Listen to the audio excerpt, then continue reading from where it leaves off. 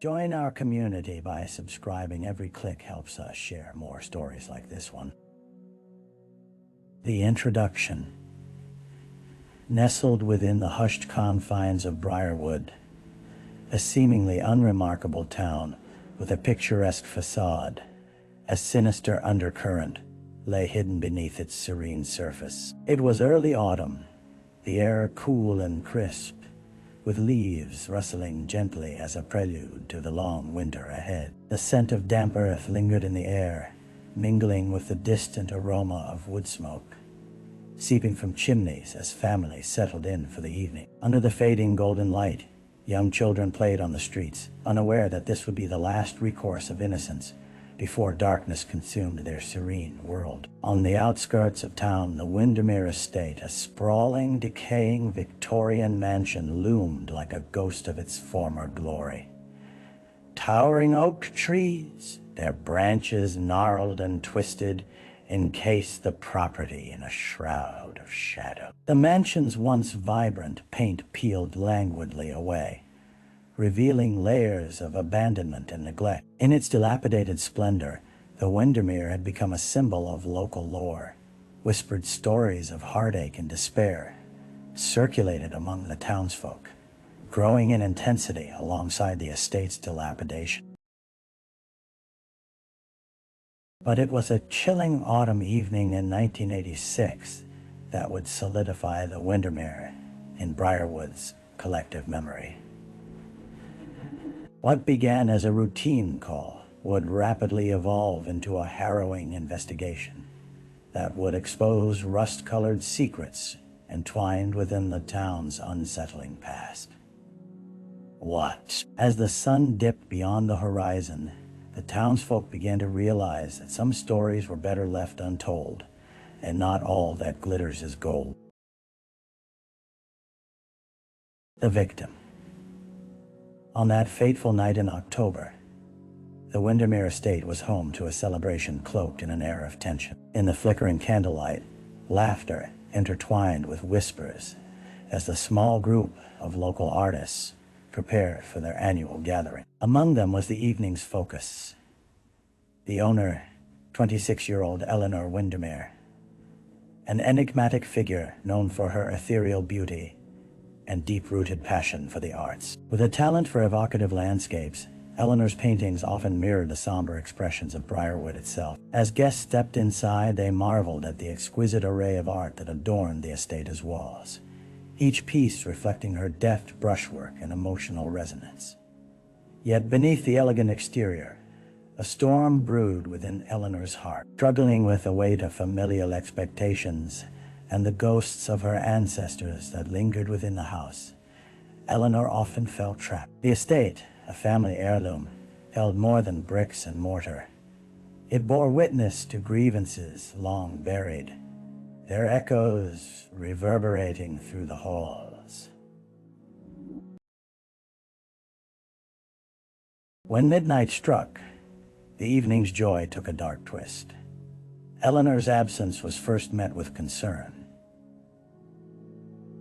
then mounting anxiety as friends scoured the property in increasingly panicked calls. She was discovered in the artist's studio, collapsed before her easel.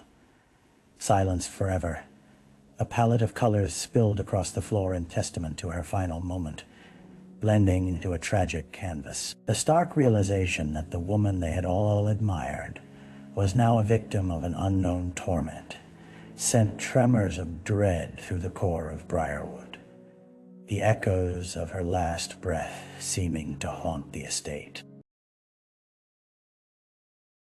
The crime scene.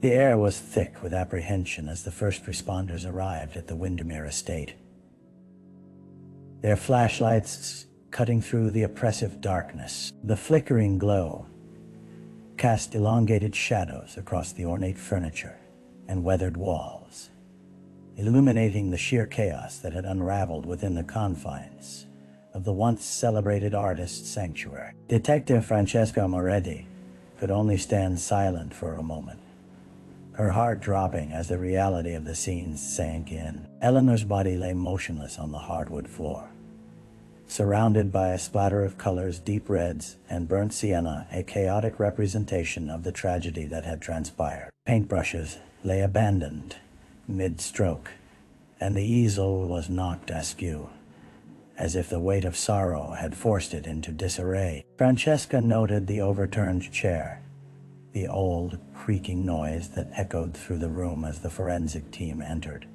Cautious yet curious, each of them aware of the elevated stakes that followed a violent act. As the medical examiner meticulously examined Eleanor's lifeless form, details emerged. A thin line of crimson marred her neck, an ominous mark of foul play. No signs of struggle or forced entry reigned in the investigation, yet the scene exhibited a sense of malevolence, as if the very walls were witnesses to a betrayal. Family was gathered outside, lingering like a hovering storm cloud, their voices muted with disbelief and horror. Francesca felt the weight of their loss, but also an undeniable urgency. The clock was ticking, and she needed to piece together the memories and motives that wove through the intricate tapestry of Briarwood society. As the night deepened, an uneasy stillness settled over the estate. The crippling realization of violence had seeped into the town's fabric, igniting a swirl of speculation and fear among its residents. But the momentum of the investigation had only just begun. The early investigation. In the days that followed Eleanor Windermere's shocking death, the quaint town of Briarwood was transformed into a hive of speculation and turmoil. News of the tragedy traveled quickly, weaving through the community like an insidious fog, carrying with it a blend of grief, anger, and an insatiable curiosity. Detective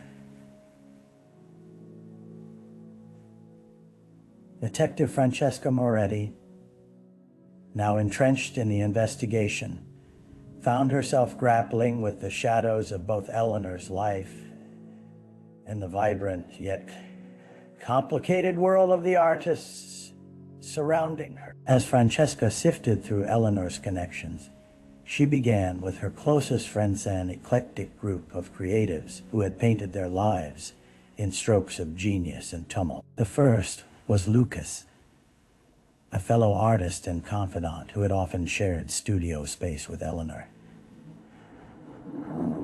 When confronted, he spoke of their dreams of gallery exhibitions and a shared vision of beauty, but his grieving demeanor hinted at something deeper. He shared moments of jealousy regarding Eleanor's rising fame and an unreciprocated affection that left scars. Next was Isabel, a bohemian poet whose words often weaved through Eleanor's art. When pressed, Isabel divulged a more precarious side. She spoke of Eleanor's spiraling fears and anxiety about the estate's legacy and inheritance tinged with darkness. The cryptic allusions to family secrets felt like pieces of a puzzle that hadn't yet formed an image. The forensic team continued their meticulous work, uncovering crucial evidence: an unclaimed, paint-stained shirt found in the studio and the discovery of a delicate charm bracelet discarded under the easel. Each interaction opened new doors, revealing conflicting emotions and tangled histories, fueling Francesca's determination to uncover the truth hidden beneath the layers of grief. As she pieced these fragments together, Francesca felt the weight of the case pressing down on her shoulders. The deeper she delved, the more she understood that Eleanor's death was not merely a tragedy. It was a reflection of a community rife with complexity and secrets that needed to be unveiled. The dead ends, days turned into weeks. But with each sun-drenched morning and moonlit evening that passed in Briarwood, the investigation into Eleanor Windermere's death grew only more complex and fraught with frustration. Detective Francesca Moretti had chased lead after lead, each one fading into a fog of confusion, leaving her feeling like a mariner lost at sea, grasping at shadows and illusion. Francesca sat in the dimly lit precinct, poring over stacks of reports and police statements. The once vibrant stories of Eleanor's friends had begun to sound alarmingly similar.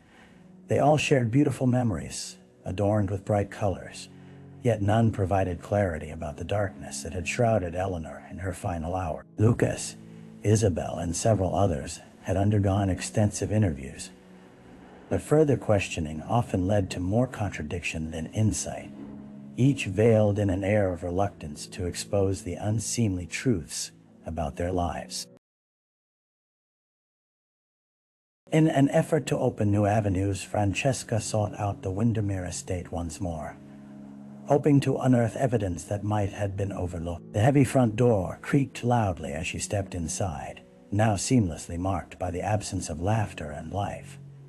She walked through the artist's studio, her senses heightened as she absorbed the subtle nuances of the environment. It was a place frozen in time, but oddly, it was the silence that spoke volumes. Her moments of solitude were interrupted when she noticed a scrappy notebook peeking from beneath a stack of canvases. As she flipped through its pages, fleeting-hearted scribbles and sketches unveiled an unsteady stream of thoughts, both artistic inspiration and haunting fears, swirling in a chaotic dance. Frustratingly, however, she found no direct links to a perpetrator, just a fragile tangle of anxiety and longing. As the sun set behind the steady hills of Briarwood and the shadows of the estate lengthened, Francesca felt the gnawing sense of helplessness wrap around her. She realized that the quest for answers was leading her deeper into a maze of dead ends. The echoes of Eleanor's life continued to elude her, leaving only questions behind a dissonance that mirrored the very heart of the artist's legacy. A break in the case. In the labyrinth of uncertainty, the investigation into Eleanor Windermere's untimely death finally began to shift. Like the meticulous strokes of a painter revealing a hidden image. It was an ordinary afternoon when the sudden ring of Francesca Moretti's phone startled her from her thoughts. The voice on the other end belonged to Dave, a diligent member of the forensic team. There was urgency in his tone as he spoke. "You need to get to the lab. We found something significant." Rushing to the forensics room, Francesca's heart raced. As she entered, she was met with a cascade of papers and evidence bags strewn about the table. Dave gestured toward a small item resting under the harsh white light, a delicate silver pendant, inscribed with the initials E.W. Francesca's brow furrowed. In recognition, it bore a striking resemblance to a piece Eleanor had worn frequently. "Where did you find this?" she asked, leaning closer. It was tangled in the fibers of the shirt recovered from the studio. It suggests someone else had a presence there that night, a different narrative. Dave replied, his eyes sharp with intrigue.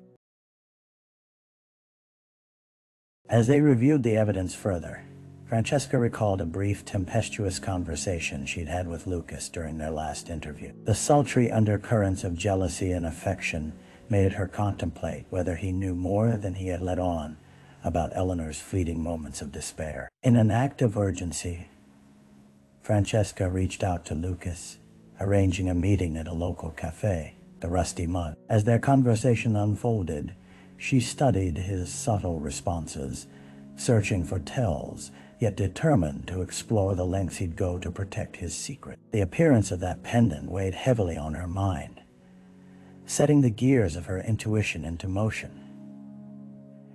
It was in the simple moments, a shared look over steaming mugs, that truths often hid. As she sipped her coffee, Francesca pressed for details about his whereabouts on that dreadful night. Feeling the tension shift palpably, little did they both know that the unearthing of the pendant would serve as the first crack in the facades that cloaked the shadows of Briarwood. The suspect.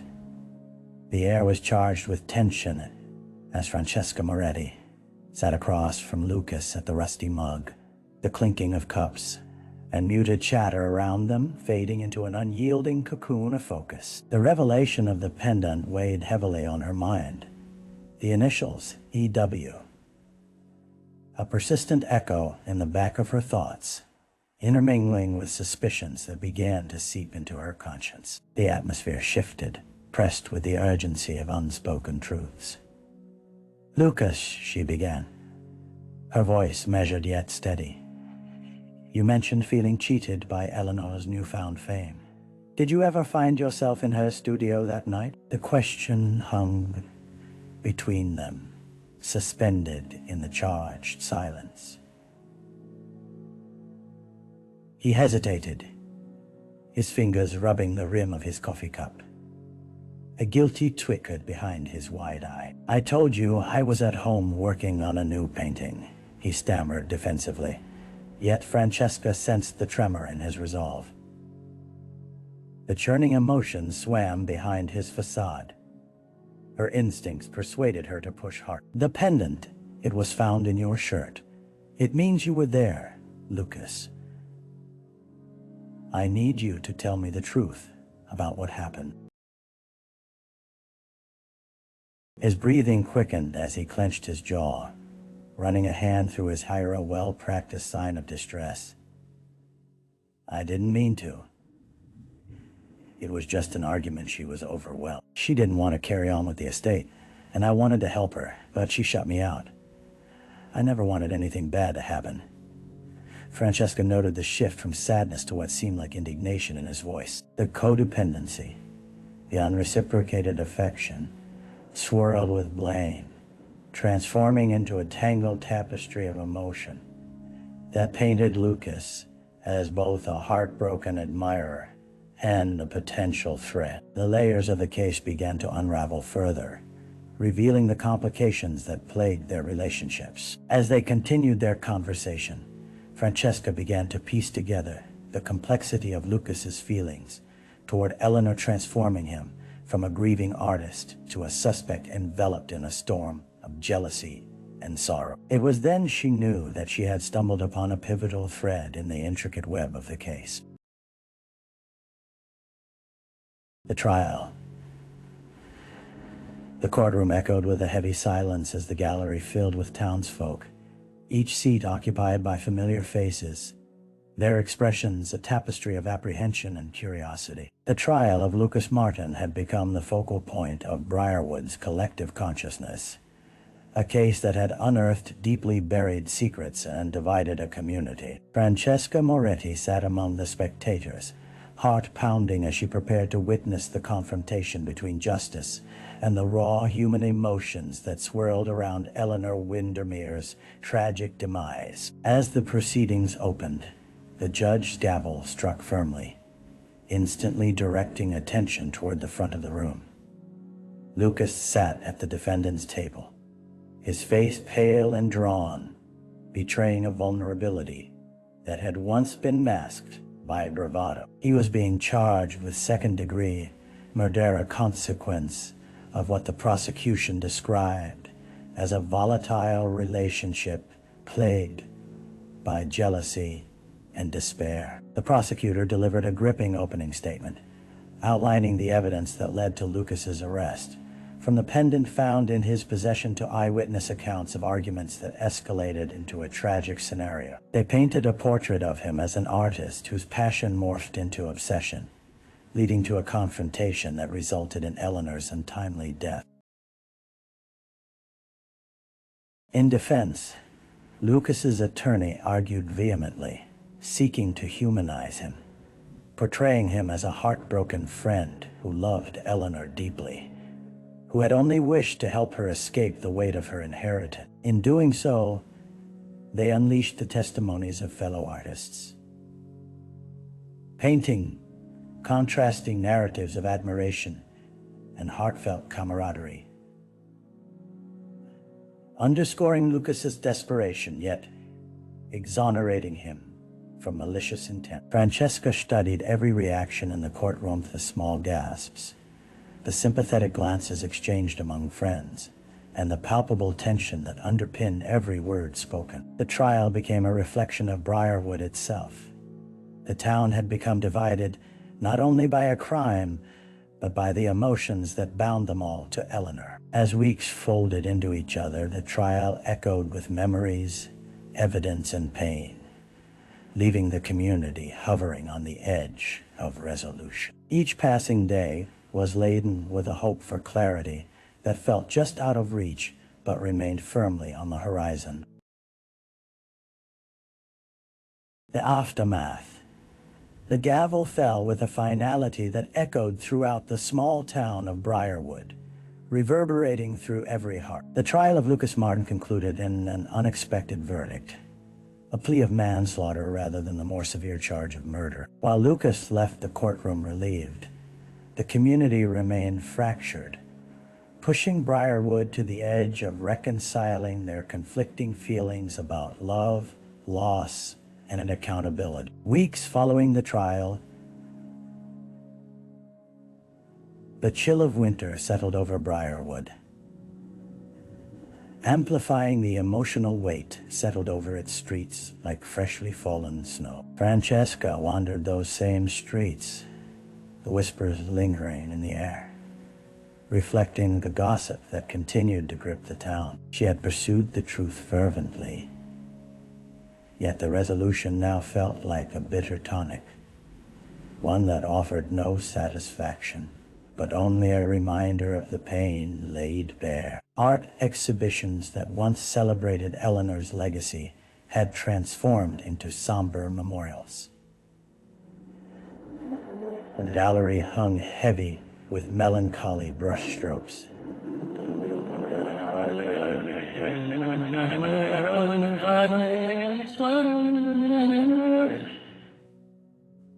Almost as if her spirit guided the artist. Eleanor's paintings were not merely art anymore.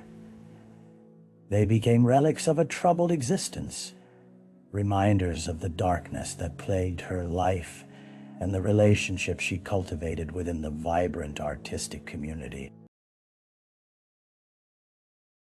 Even the rusty mug, the cafe where truth collided with uncertainty, bore a different atmosphere. People gathered in hushed tones, the cozy warmth now overshadowed by an unsettling air of tension as patrons debated the case, the trial, and the choices made in those final moments. For Francesca, the continuing shadows served as a proclamation that life persevered in the wake of tragedy, but at a cost. The legacy of Eleanor Windermere echoed among the harrowing tales of love denied, jealousies harbored, and the burden of secrets left to surface. Except, as she realized, it would be the hardest battle for Briarwood. Yet there was resilience amidst despair. Life would inevitably march forward, and the residents would learn to live with the haunting echoes of the past. As winter crept on, the boundaries between art and reality blurred, and Francesca knew the scars would remain, each as poignant as Eleanor's final brushstroke, a reminder that beauty often resides in darkness. Reflection. As spring began to thaw the grip of winter in Briarwood, Detective Francesca Moretti found herself drawn to the landscapes that surrounded the town's vast fields, blooming with wildflowers, rolling hills dusted with verdant green, and the remnants of Eleanor Windermere's legacy that lingered in the air. The vibrant colors heralded a renewal. Yet Francesca couldn't shake the ache of loss that permeated every corner of the community. Sitting on a solitary bench overlooking a small pond, Francesca reflected on how the investigation had unveiled not just the layers of a tragedy, but the intricate complexities of the human experience. Each character in Eleanor's life had carved out a path of love, friendship, and resentment, revealing an indelible truth. Connection and conflict dance in an ever-present cyclia, delicate balance that can teeter into chaos. While Lucas Martin's fate had been sealed in a courtroom, the emotional scars remained. Francesca understood now that justice could never render a life whole again. It could only offer a semblance of resolution wrapped in ambiguity. As the sun dipped behind the horizon and the colors of dusk washed over the landscape, Francesca held tightly to the hope that Briarwood would slowly heal without forgetting. It was the intertwining of beauty and pain that defined the human experience, a truth captured in Eleanor's brushstroke. Life would move forward, but she knew that every heartbeat echoed the stories of those who had loved, lost, and grappled with their own shadows. This was the complex beauty of living, reflected vividly in the masterpiece of existence and art form that was both fragile and profound.